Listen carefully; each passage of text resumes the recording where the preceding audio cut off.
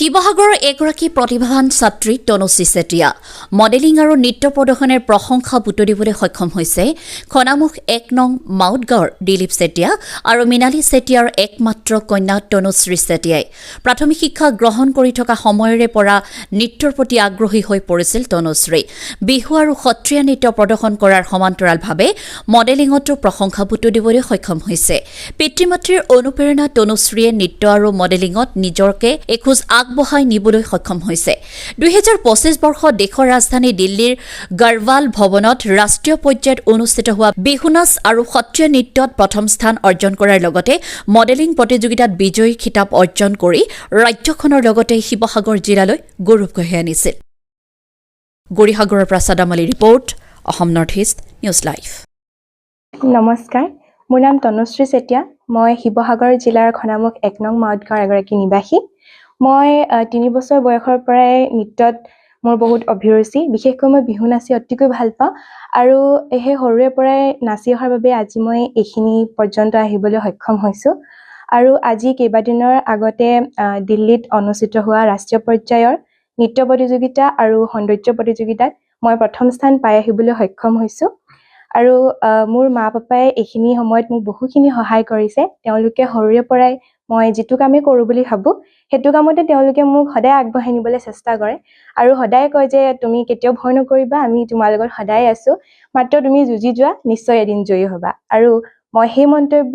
মাহঁতৰ ফ'ল' কৰোঁ কাৰণে আজি মই এইখিনি স্থান পাবলৈ সক্ষম হৈছোঁ হয় মই এইটো ক্ষেত্ৰত এটা কথাই ক'ম যে কিছুমানে নৃত্য বিষয়টো ইমান এটা ভাল নাপায় কিন্তু তেওঁলোকে ভাবে যে নৃত্য দিশত গ'লে একো লাভ নহয় কিন্তু এনে নহয় আচলতে আমি আমাৰ সংস্কৃতিখিনি জীয়াই ৰাখিব পাৰোঁ নৃত্য আৰু পৰম্পৰাৰ জৰিয়তে গতিকে আমি যিমানখিনি পাৰোঁ আমাৰ সংস্কৃতিখিনি আমি আগুৱাই নিবলৈ চেষ্টা কৰিব লাগে আৰু মই ভাবোঁ সেইখিনি আমাৰ যিটো পৰম্পৰাগত বিহু নৃত্য সেয়াৰ জৰিয়তে আমি আমাৰ অসমখনৰ যি পৰম্পৰা সেইখিনি আমি আনৰ আগত ভালদৰে প্ৰকাশ কৰিব পাৰোঁ আৰু নিজকে অসমীয়া হিচাপে আমি গৌৰৱ অনুভৱ কৰিব পাৰোঁ গতিকে মই সকলোকে এইটোৱে ক'ম যে আপোনালোকৰ যদি ল'ৰা ছোৱালীয়ে বিচাৰে নৃত্য কৰিবলৈ তেতিয়াহ'লে তেওঁলোকক আপোনালোকে উৎসাহ দিয়ক যে তুমি নিশ্চয় এদিন পাৰিবা আৰু নিজৰ নাম উজ্বলাব পাৰিবা গতিকে সকলোৱে চেষ্টা কৰিব লাগে যাতে তেওঁলোকে নিজৰ যিখিনি মানে অভিৰুচি আৰু নিজে যিখিনি মানে কৰি ভাল পায় সেইখিনি মানে যাতে আগুৱাই নিব পাৰে তাৰ বাবে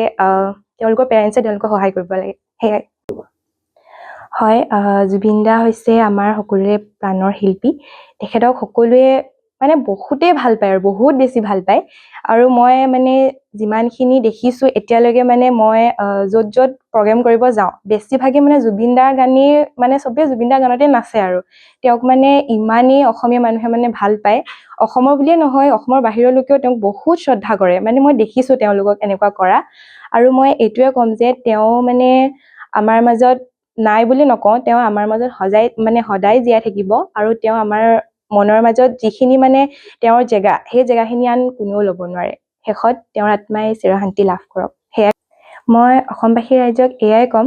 যে মই এতিয়ালৈকে যিমানখিনি পাইছোঁগৈ মই বিচাৰোঁ তেওঁলোকে মোক আশীৰ্বাদ কৰক মই ইয়াতকৈও যাতে আৰু এখোপ মানে আগলৈ যাতে মই আগুৱাই যাব পাৰোঁ মই মাথো তেওঁলোকৰ আশীৰ্বাদ বিচাৰোঁ আৰু তেওঁলোকৰ ছাপোৰ্ট বিচাৰোঁ তেওঁলোকে যাতে মই যিটো পৰ্যায়তে মানে যাবলৈ বিচাৰোঁ যেনেদৰে যাবলৈ বিচাৰোঁ তেওঁলোকে যাতে মোক সঁহাৰি জনায় আশীৰ্বাদ কৰে মৰম দিয়ে মই সেয়াই বিচাৰোঁ ধন্যবাদ মানে কন্যা সন্তান বুলি ক'বলৈ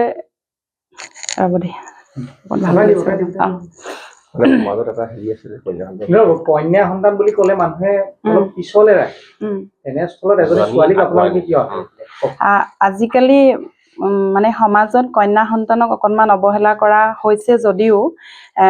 মানে দুয়োজনেৰে সমান অধিকাৰ থাকে কন্যা সন্তান হওক ল'ৰা হওক ছোৱালী হওক অধিকাৰ সমান সন্তানেই আমি মাক হিচাপে আজি গৌৰৱ অনুভৱ কৰিছোঁ এইটো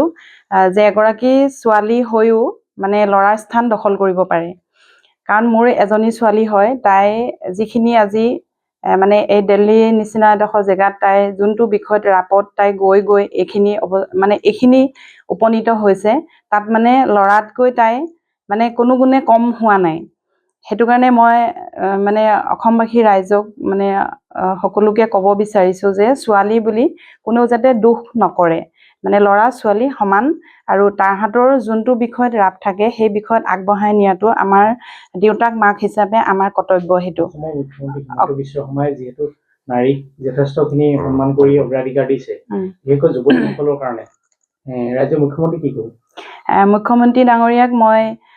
বহুত ধন্যবাদ জ্ঞাপন কৰিছোঁ, কাৰণ আজিকালি ছোৱালীৰ কাৰণে তেওঁ বহুত কৰিছে। ছোৱালীক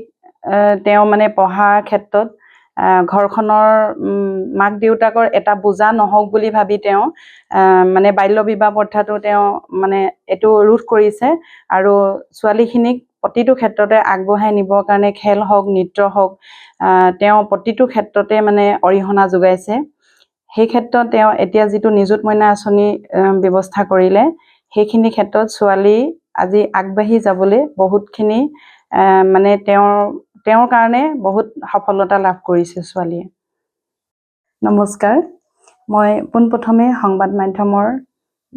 আপোনালোক সকলোলৈকে মোৰ আন্তৰিক অভিনন্দন জ্ঞাপন কৰিছোঁ। আমি তনুশ্ৰী চেতিয়াৰ এয়া হৈছে দেউতাক আৰু মই হৈছে মাক। তাই আমাৰ একমাত্ৰ কন্যা সন্তান। তাই সৰুৰে পৰা তাই বিহু নাচি ভাল পায়। 3 বছৰমান বয়সৰ পৰা তাই বিহুৰ প্ৰতি অকণমান ৰাপ এটা আছিলে, সেইকাৰণে তাইক চাওঁ আমি। পঢ়াৰ লগে লগে তাই সেই নৃত্য কৰিও ভাল পায় আৰু নৃত্যৰ জগতত তাই লাহে লাহে এনেকৈ গৈ আগবাঢ়ি যাবলৈ ধৰিলে।